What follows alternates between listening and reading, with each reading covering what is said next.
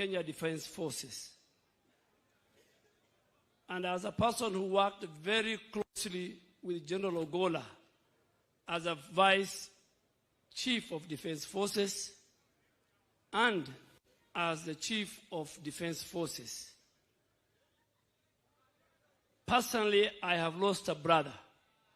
I have lost a colleague. I have lost a member of the Defense Council. I have lost a general who has put the security, the sovereignty, and territorial integrity of our country. His family will confess, Your Excellency, that even Christmas and New Year, General Ogola could sacrifice and tell me troops in deep operations, those outside the country. We were in Kismayu, we were in deep hostile areas. He was a man who was committed to his work. He was a man, because the office of the Minister and the Vice Chief of Defense Forces are the closest officers, Your Excellency. I work with all the Vice Chief of Defense Forces and the Chief of Defense Forces. He was a man of discipline and honor. I don't want to say more because you have interacted with him too. So, Your Excellency, the rank and the leadership of Kenya Defense Forces, we have a lot to learn from General Ogola, our general. The way we will learn, and have learned more, Chief of Defense Forces. We want to assure you that we will leave the legacy and the dreams of General Ogola for the safety of our nation, be it in the air, land, and the sea. But Your Excellency, as our Commander-in-Chief, if you allow me, the former Prime Minister yesterday said a statement. And I want to qualify that statement.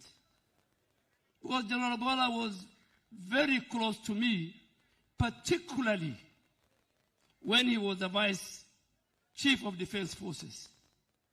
And when the whole issue of bombers, 15th of August, was hanging over his head,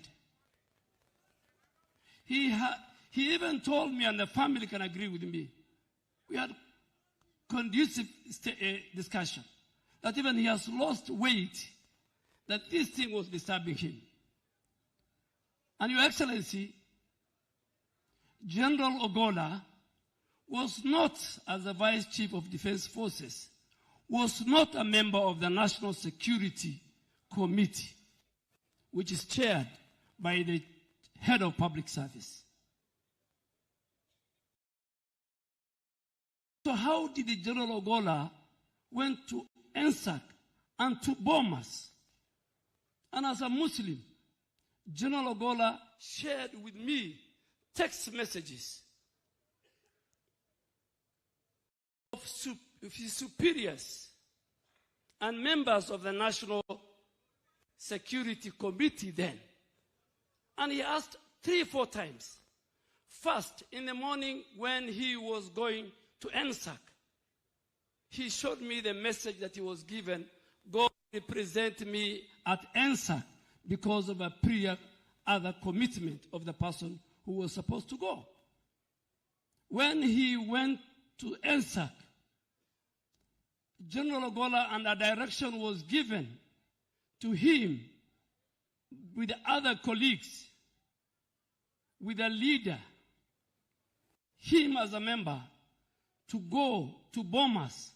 General Ogola, as a respectable soldier and general, he asked and sent a text message to his bosses and asked, what am I going to do in bombers? And this has happened. And General Ogola was told, it's been decided, you go. And I'm narrating what General Ogola today, he's lying here, this man, told me. When he went to bombers, the then chairman of IBC, he told me, kept them for 5 hours. And the 411 came while he was in bombers. saying the results will be announced at 3. And General Ogola then again sent a text message and saying, now that the result will be announced at 3, as a general, as a soldier, what am I doing here? And he was told, stay with your colleague. That text message is there. When His Excellency yesterday said, I had a one-to-one with the General Ogola, he gave me permission to have one-on-one discussion with the General Ogola on a Monday from 7 to 9:30 p.m. in my house. His security, his drivers can confirm. And when he convinced me, because he was a man of God, when he convinced me is when he got an opportunity to relay and talk to the president with those 3 statements at the end of his discussion with the president. Today, I want to confirm that because of what happened to General Ogola, the president as the chairman of the National Security Council, so that for it not to happen again, the president has directed last year that members of the National Security Committee, the IG, the DG NIS, the head of public service, PS Interior, PS Defense, CDF, PS Foreign Affairs, PS Treasury, and the Solicitor General can never again delegate the attendance of that membership to their juniors. Because tomorrow, another member of the National Security Committee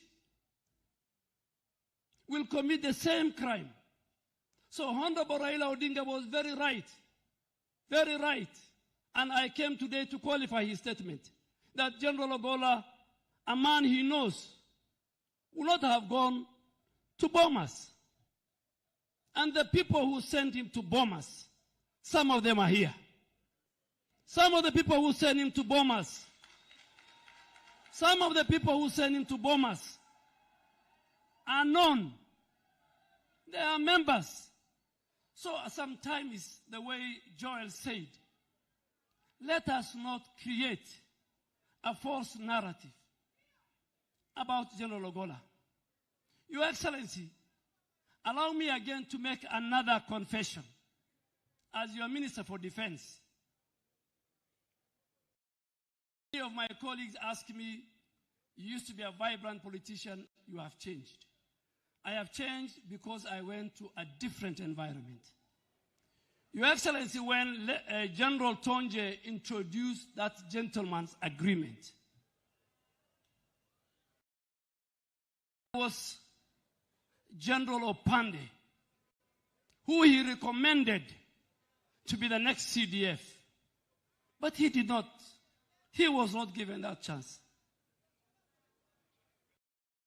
Many. The law says that a CDF will serve for 4 years or at the attainment of 62 years, whichever comes first. Your Excellency, this region has produced decorated generals. General Owiti, General Opande, and many others. But because you wanted to change Kenya, you said we must kill ethnicity and regionalism in our country. Your Excellency, and I want to confirm to the nation, there were many people within even our ranks who said General Ogola should not be appointed. They had only one reason. Very unfortunate. Very unfortunate, the reason of 15th of August.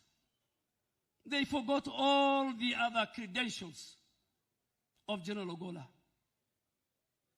Your Excellency, you have confirmed to the nation you are not a petty leader. You are not a vengeful leader. You are not a person who will follow what happened, Your Excellency.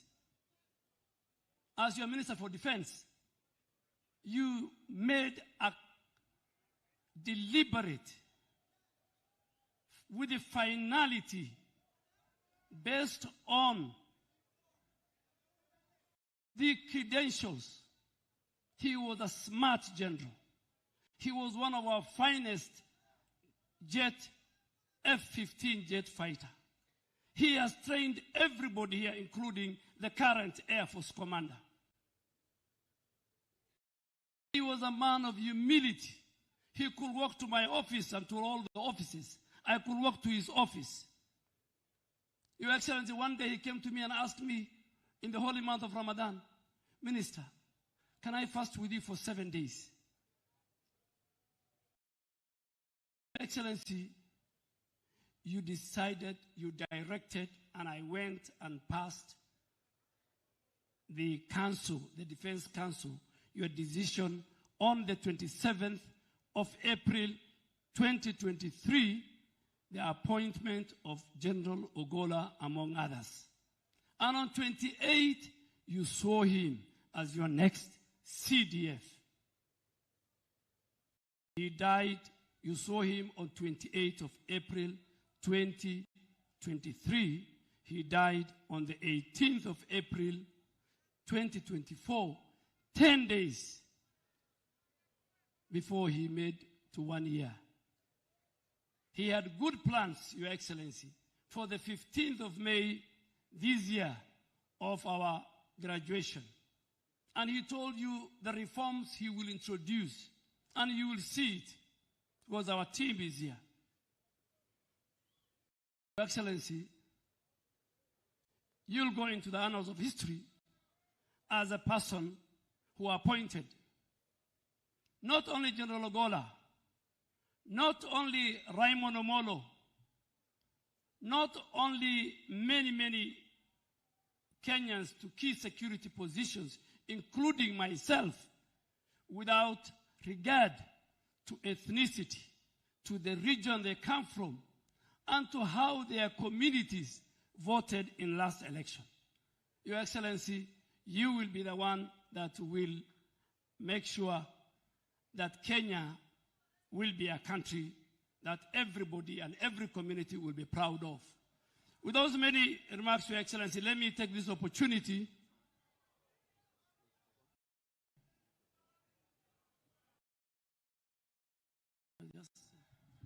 Your Excellency, managing coalitions, as you know, it's never easy.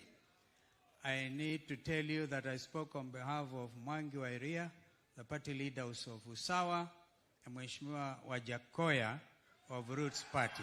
Thank you. I forgot to mention the governor as well. I will. Governors who are present here, I saw Governor Otoma. You are being recognized. We recognize you. We value you, all our senators and other leaders. Your Excellency, with those very many remarks, we, the KDF family and fraternity, have lost a great general.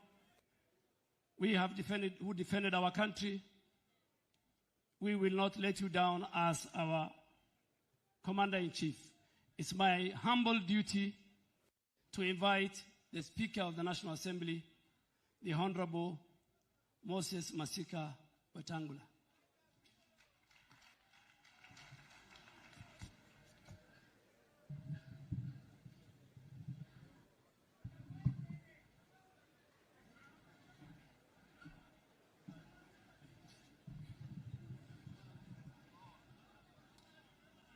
Your Excellency, our President and Commander-in-Chief of our forces, our First Lady, Deputy President, the family of our fallen brother and hero,